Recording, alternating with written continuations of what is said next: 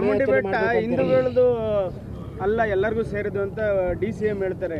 ಬಿಜೆಪಿಯವರು ಬಾನು ಮುಷ್ತಕರ್ಗೆ ತೀವ್ರ ನಿಲುವೇನು ಸರ್ ಇದರಲ್ಲಿ? ರಾಜಕಾರಣಿಗಳ ನಿಲುವು ಅದು ದೇಶದ ನಿಲುವೂ ಅಲ್ಲ, ಭಾಷೆಯ ನಿಲುವೂ ಅಲ್ಲ, ಅದು ಧರ್ಮದ ನಿಲುವೂ ಅಲ್ಲ, ಅವರ ತೆವಲು ಅಂತ ಅನ್ಕೋಬೇಕು ನಾವು.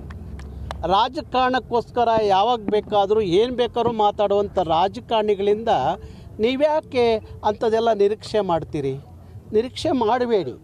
ಯಾಕೆಂದರೆ ದಿನನಿತ್ಯ ದೇವಸ್ಥಾನ, ಹೋಮ ಇತ್ಯಾದಿಗಳನ್ನ ಮಾಡುವವರ ಬಾಯಲ್ಲಿ ಇದು ಹಿಂದೂಗಳ ಸಂಪ್ರದಾಯ ಅಲ್ಲ ಅಂತ ಹೇಳುವಂಥ ರಾಜಕಾರಣಿಗಳಿಗೆ ಬಹುಶಃ ನಿಮ್ಮಲ್ಲಿ ಏನಾದರೂ ಒಂದು ಪ್ರಗತಿಪರ ಚಿಂತನೆ ಇರೋದಾದರೆ, ಬಸವ ಶರಣರ ಆಚಾರ ವಿಚಾರಗಳು ಇರೋದಾದರೆ DK ಶಿವಕುಮಾರ್ ಅವರು ಇನ್ಮೇಲೆ ದೇವಸ್ಥಾನಕ್ಕೆ ಹೋಗಬಾರ್ದು.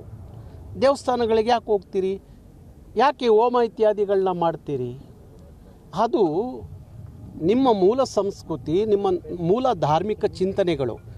ಆ ಧಾರ್ಮಿಕ ಚಿಂತನೆಗಳ ಅವರವರ ಇದಕ್ಕೆ ಬಿಟ್ಟುಬಿಡಬೇಕು.